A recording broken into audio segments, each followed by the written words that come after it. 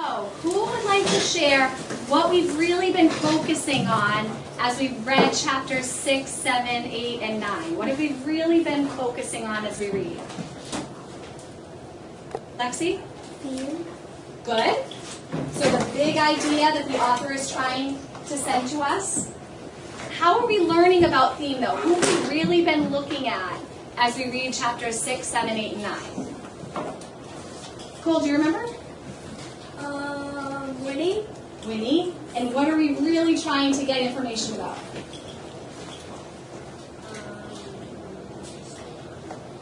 Her what? Feelings. Good. Her feelings.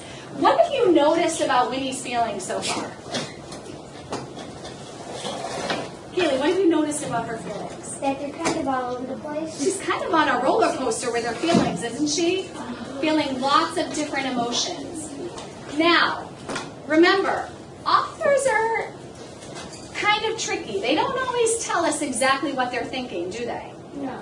We have to kind of take the information that they give us and use what we already know, our own experiences, to figure out what they're trying to tell us. What do we call that? When we take the text evidence, what's right in front of us, and what we already know from something we've experienced or our own life, we put those two together, and what can we do, Devin? Actual evidence. We use the text evidence, absolutely, and also our own experience. About feelings. Good. So that's how we can make an inference about how Winnie is feeling. Because the author isn't really easy on us. The author doesn't always say, Winnie's feeling sad. The author might tell us, tears were streaming down Winnie's face. And that's when we have to make an inference about how Winnie is feeling, based on what we know, what the author tells us, but also our own experiences. Lots of times when people have tears running down their faces, how are they feeling? Sad. Okay? So we've been keeping track of Winnie's feelings using our dialectical journal entries. Remember, that's that sophisticated word, and the kids at Morse Pond are using that, and Lawrence, and so we're really doing some mature stuff as readers. Would anyone like to come up and show us one of their entries? One of their dialectical journal entries? Alan, do you want to share one? No. Connor, you want to share one? Yes. Yeah, maybe, yeah. Okay, who wants to share? Sarah, do you want to share one? I'm going to share my one for chapter 6. Chapter 6? Okay, great.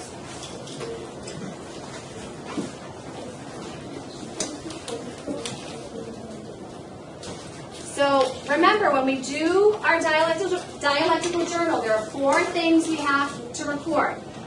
The 2 on the left side are pretty easy. We're just coming up with the exact words from the author, the textual reference, the text evidence, and then we're giving a little bit of context where that came from, the page number, maybe the chapter, and just a quick summary, a brief summary of what was going on in the story. Then we get to the really sophisticated stuff. We're making an inference about the text evidence and how we know, our commentary, our analysis, how we know she's feeling that way. All right, Sarah, go ahead and tell us about it. My quote was,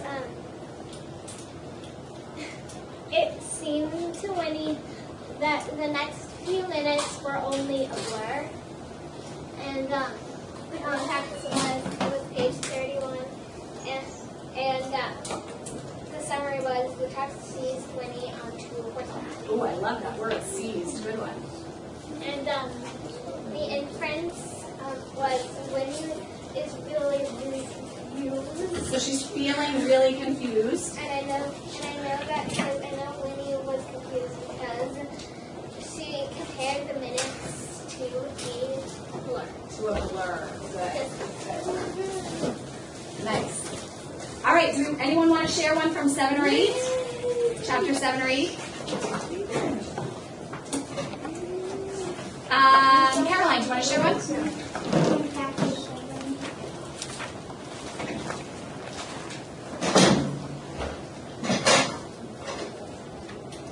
My quote is, they gathered around her like children at their mother's bosom.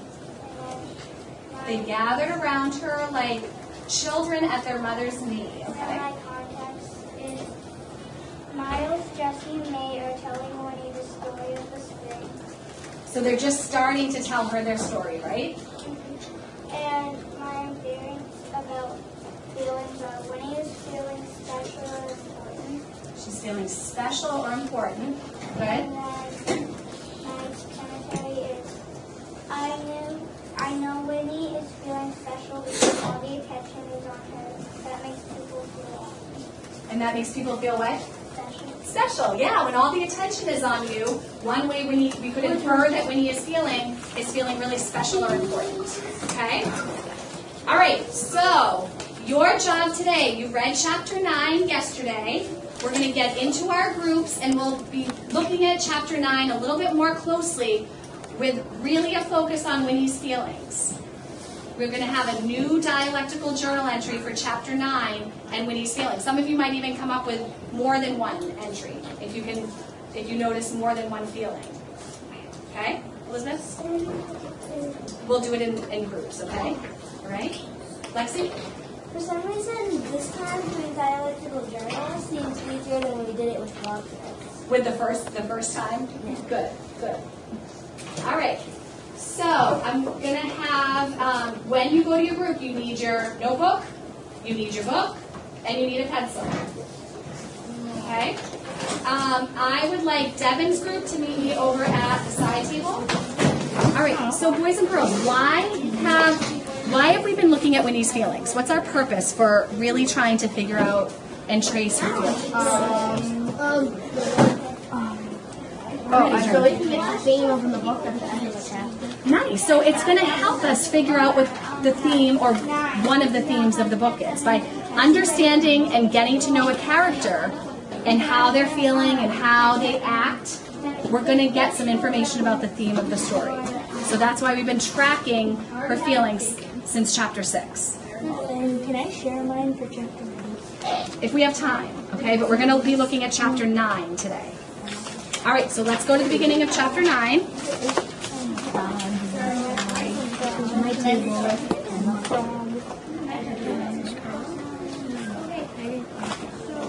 Just go to chapter 9. So as we read the chapter, please stop us if you see some information about Winnie's feelings. If you find some text evidence that's helping us figure out her feelings. Can we really raise our hands since we're just so close? I didn't say to raise your hand. I said you can just stop us. No, but like when you have one question, Just put your hand in front of them. Well, just don't interrupt someone if they're reading. Hold on to your I thought. already found it. Okay, Adrian, you want to start reading? Go ahead. Chapter 9. All the sun rolled up, hung at mid-heaven for a blinding hour, and at last wheeled westward before the journey was done. But Winnie was exhausted. Long before that, Miles carried her some of the way. The tops of her cheeks were bright pink and sunburned. Her nose a vivid comic red, but she had been rescued from a more serious whirling May, who had finally insisted that she wore the blue straw hat. It came down far over her ears and gave her a clownish appearance, but the shade from its brim was so welcome that Winnie was standing aside And dozed. So she's kind of sleepy. and dozed gratefully. In Miles' strong arms, her own arms wound around his neck. Okay, do we get any information about how she's feeling, how Winnie is feeling? From that first? What do you think, Devin? Maybe she's feeling a little hot. Exhausted and tired. Yeah. Okay, what is some text, because there are a couple of different pieces of text evidence that help us understand that she is absolutely exhausted at this point. What's a piece of text evidence that helps us figure out that she's tired? Kaylee? because it said that she started to doze. Mm-hmm. And what do you know about that? It's kind of saying that somebody's kind of sleepy. Yeah, kind of sleeping, half yes, asleep. exactly. I do know. Anything else? Are there any other pieces of text evidence that help us understand that she's, at this point in her journey, she's feeling really tired? Go ahead. Well, because Milo was carrying her and she's kind of like half and half. She's kind of awake and kind of. Yeah, Miles carrying her, so that could be another, you would make the inference that she's tired. Sometimes she's tired. Sometimes I would like, and then don't want to go to sleep and I'm tired. I would just close my eyes to like rest them, but I actually wouldn't be asleep. No, one time I just went to go close my eyes to rest them when I was on my dad's computer, and I just closed my eyes to rest them, and then I immediately just fell asleep. I know. Yeah, and then you like lose whatever you're doing. Good. No, Okay. my face is really Break the computer. All right. Let's, you know what, I'm going to have us skip ahead though. Let's go to page 48. 48. okay. Cooper, why don't you start, oh look. See where it says, oh look? Oh, okay. Oh, look, cried Winnie. Water. At the same time, they heard two enormous splashes, two voices roaring with pleasure. But it don't take more than a minute to pile into that pond, said Jimmy. Well, you can't blame them and he like this. You can go in too if you want. Then they were at the door of the little house and Tuck was standing there. Where's the child? He demanded, for Winnie was hidden behind his wife. The boys say you brought along a real honest to goodness natural kid. So I did, said May, sliding down off the horse, and here she is. Here, you want to pick it up? Yeah. Winnie's shyness returned at once when she saw the man with his sad face and baggy trousers. But as he gazed at her, the warm, pleasing feeling spread through her again. For Chuck's head tilted to one side, his eyes went soft, and the gentlest smile in the world disappeared. Displaced. The Melancholy, that kind of means sad. melancholy creases of his cheeks. He reached up to lift her from the horse's back and said, "There's just no words to tell you how happy I am to see you. It's the finest thing that's happened." And he interrupted himself, setting Winnie on the ground, and turned to May. Doesn't she know? All right, did we get some more insight into Winnie's feelings here? Yeah. What do you think, Connor? How is she feeling as she's just meeting Angus Tuck? And happy? What's your text evidence? No. Oh, maybe like kind of sad. Where? Why don't you share your piece of text evidence? For Tuck's head to wait no. Wait, is that it? I think Share it. Go ahead and For read Tuck's that. head tilted to one side, his eyes went soft, and the gentlest smile in the world. He placed the melancholy pieces of his cheek. Let's see if we can kind of look how Tuck looked then. So the author tells us that his head tilted to one side, his eyes went soft, and the gentlest smile in the world displaced the sort of sad creases of his cheeks. The gentlest smile. So how do you think that made Winnie feel, Connor? Why? How do you usually feel if someone smiles at you? Kind of happy. Kind of happy? Okay. How else do you think Winnie's feeling when she sees Angus like that? How do you think that makes her feel? Oh, I know. Oh, I love that word. What did you say? Welcomed? Welcomed?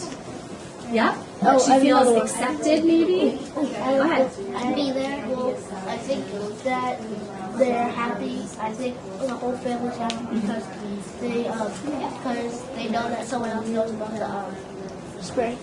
Like it's kind of a relief for them They have that they could finally tell But they someone. didn't know anybody else know except for the stranger. Well, they kind of had to tell them. Well, yeah, at some point. Because if they didn't, she would end up coming back and drinking it anyway. Yeah. But now she might want to drink it. But she'll drink it. Either way, she's still gonna drink it. We have lots of questions, don't we? I have a prediction. Go ahead. I predict that she like drink when they're all like asleep. She makes, When the Tuck family is all asleep? She might be like sleeping in the morning, in like the afternoon, then she'll wake up at nighttime, and midnight, and then she'll go back to where she was and she'll try to drink the water. Can I do a prediction? Sure. What's your prediction? I predict when she gets kind of older, if they still know each other, at the age of like 17, she'll drink this drink so she can stay alive with Jesse. So you think she'll Yeah. wait a little while, she'll enjoy her childhood for a little bit longer, and then Yeah. when she gets older, But then, we'll see. Jesse's like 104. Yeah, but then that means she's like He's gonna be like 8,000 a month. 100, like pretty much Nobody else will know. like 98 years older. You're 8 years older. 99, 98. Well, they said that she was 9 turning 10, so she's like 9.5. So she's 9. That's like 90. And she's 108. Okay, let's get back to our journals. So, what piece of text evidence do we want to use to help us make an 99. inference about how Winnie is feeling in chapter 9? Which one should we use? What do you think, Devin? Use his. Yeah. The one about He tilted his the tilting his head, right? Okay, so that's our first step. Our textual reference or our text evidence is just copying down the part of the story that we're using. Okay, so that's your job right now in that first box. We're copying down, For Tuck's head tilted to the side. yep, for Tuck's head tilted to one side. Someone robbed my pencil. Come on, let me go check and see if it's at your desk. His eyes went soft.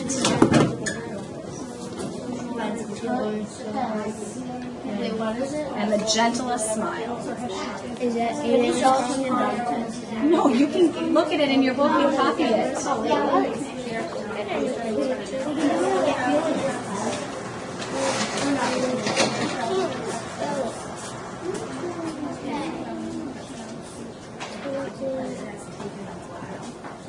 I'm just going to do dot, dot, dots after the smile part.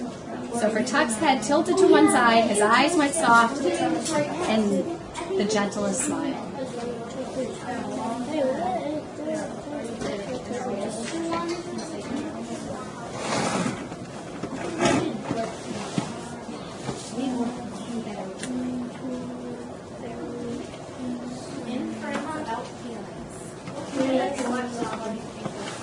There we go.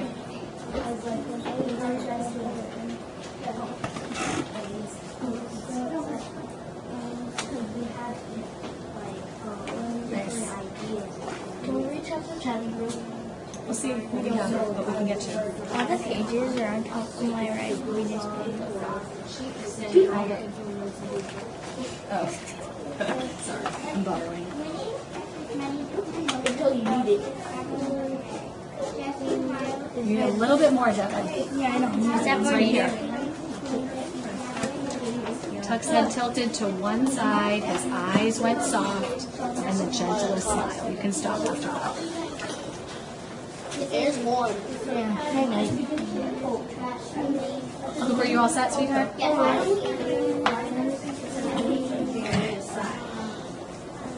Don't copy me, Devin. Alright. Get it done, sweetheart. Right here.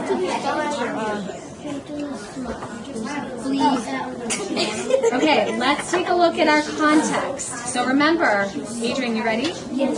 So the context, we want to include the chapter, the page number, and just a brief summary of what's happening in the story at this time. So we know that this is chapter 9. I'm going to put chapter 9, page 48.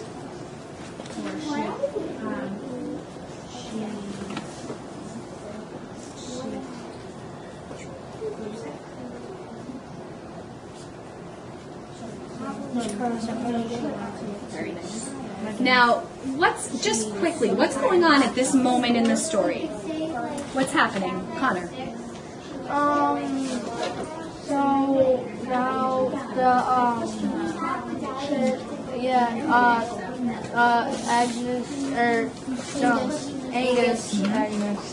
Angus took,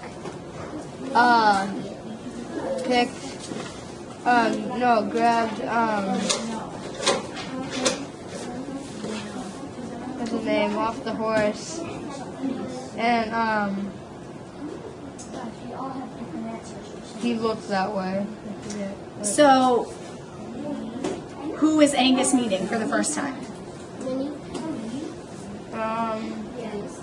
Angus is meeting. Right. So that's what's happening in this moment. So we can just write Angus is meeting. Yeah, that's fine.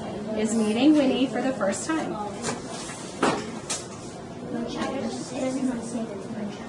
Oh, I thought that was a T. Angus is meeting Winnie for the first time.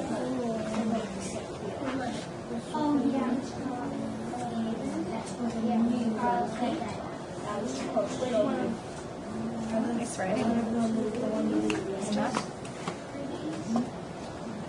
Is that chapter 7 or chapter 6?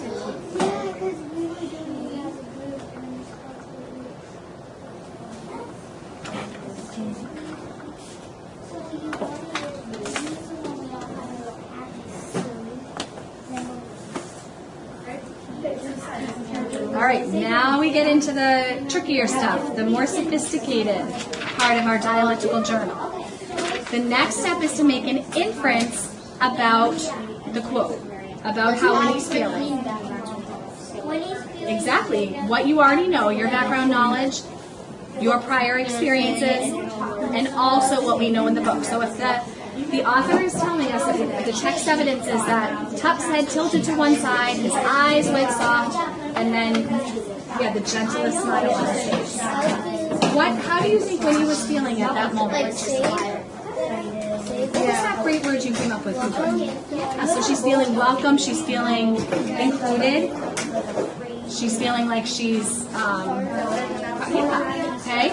So I want you in that next box to write your inference. What does the quote that we wrote show us about Winnie's feelings? How is she feeling at that moment?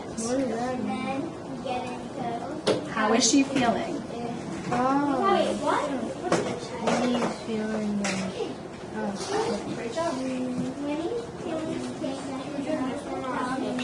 I can infer that Winnie is saying. Yep, that's a great way to start it.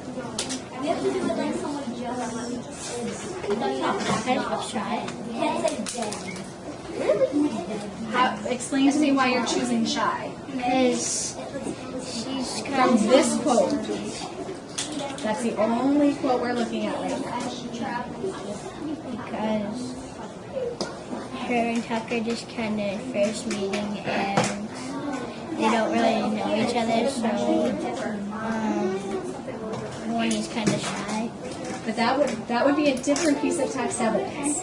All that we're basing our inference on right here is that she's looking at Angus, whose eyes are really soft, and he has a gentle smile on his face.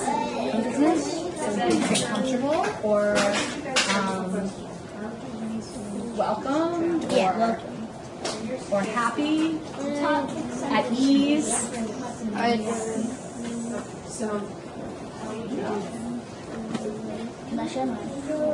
Which one? Your inference? Go ahead.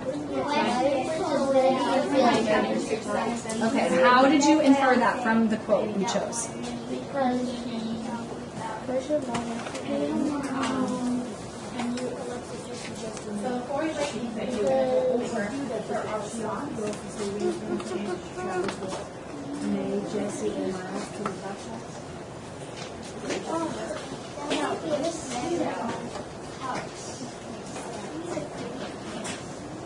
Adrian, I agree with you that there are parts of chapter 9 where she is feeling nervous, but I don't think that this quote is helping us to infer that. If you want to pick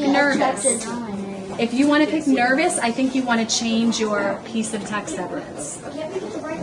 Cooper? Winnie is feeling welcomed and included with the text. So, Cooper, when someone feels welcomed or a part of something, how does that make them feel inside? Safe. Safe? Yeah. She's feeling safe, she's feeling happy. Like she knew. Okay, so now, good. It's yours, Devin. Welcomed. Okay. So now our commentary. Yeah, go ahead. Okay.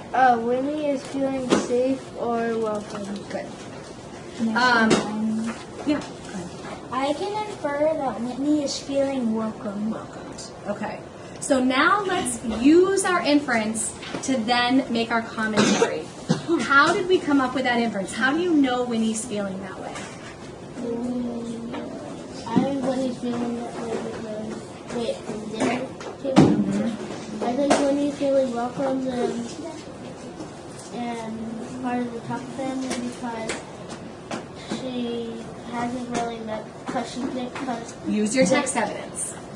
How can we tell from our text evidence that she is feeling welcomed or happy or comfortable? I think she's feeling happy because she knows about the spring. She's not the only one that knows about it. That is not your text evidence. I think That's a whole other part of the story. You have to remember, you have to just focus on the text evidence that we chose. So based on the way that Tuck looked with his head tilted and his eyes soft and a gentle smile on his face, how can we tell from that that Winnie is feeling safe, she's feeling comfortable, she's feeling happy? Go ahead, Connor. Because since they're being like really nice to her, she like feels like part of the family. So tell me what in this quote lets you know that Tuck is being nice to Winnie? What does he do? He's like bad word, but acting nice. Why did you say acting? I don't know. What does Angus do? Oh, he is tilting his head to one side and like. What does he do after he tilts his head? Trying to be nice or pick her up off the roof. No, right from your piece of text evidence. Oh, What does he do? He smiled. Cooper, how does it make you feel when someone smiles at you? Happy? Kaylee, how does it make you feel when someone smiles at you? Kind of sad. Why sad? Doesn't make How does it make you feel? Happy. Happy? How else does it make you feel? When Mrs. Karl or Mrs. Mealy greets you in the morning and we give you a nice big smile and say good morning, how does that make you feel? Devin? Welcome. Welcomed? A little bit more I feel like comfortable? I'm meant to be here. You're meant to be here? Good. So, this is the trickiest part. We're doing our commentary, we're explaining our inference. So, I'm going to write, I know. I think Winnie is feeling welcome because Angus smiled at her. Okay, now just take it a little bit further and explain how you know that smile. So you could just kind of say, and when people smile at me, I feel welcomed. So I know Winnie is feeling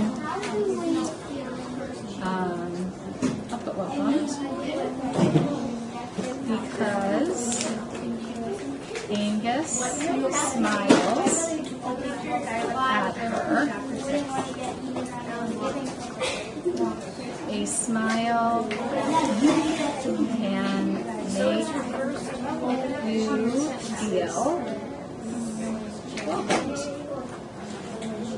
Okay, so I know when he's feeling welcomed because Angus smiles at her. And a smile can make you feel welcomed.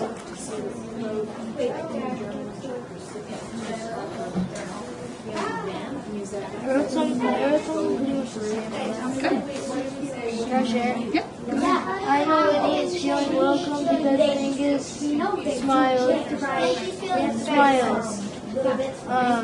A smile makes you happy. Good.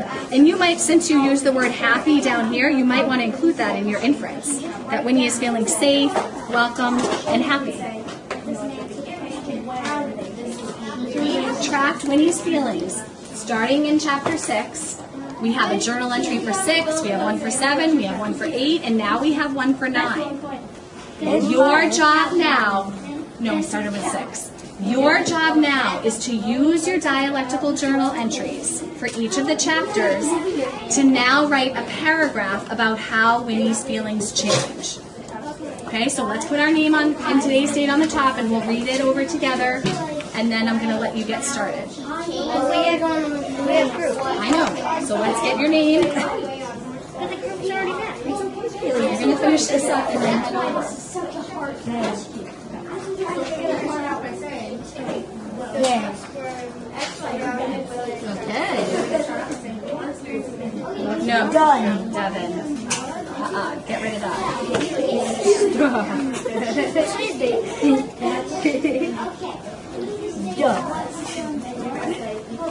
Hashtag. Okay, so Tuck Everlasting, this is an evidence-based response for Tuck Everlasting. Put your pencil down. Hashtag smile. Put your pencil down, please, Devin. Okay, let's take a look. It says, Winnie experiences many different emotions while she is traveling with May, Jesse, and Miles to the Tuck's house. How do Winnie's feelings change as she travels with them? So do you see how you can use your dialectical journal entries to explain that change in Winnie? If you look back, remember in chapter 6 we had things like confused, worried, scared, and now in chapter 9 we have welcomed and happy and safe. So we're going to use our dialectical journal entries and all that great text evidence that we came up with to now write our evidence-based response about how her feelings change. Okay? Are there any questions? Yes. I have one. Okay. Do you have to do all the feelings that change? You're probably going to do at least 3 of them. Okay? Yep. Can we start now? Yep. What it means. What it means. How her feelings change. So you're going to go back and look at all your dialectical journal entries. And you're going to notice that you have many different feelings in each of these inferences. So that's what you're going to write about, how her feelings are different during her journey with the text.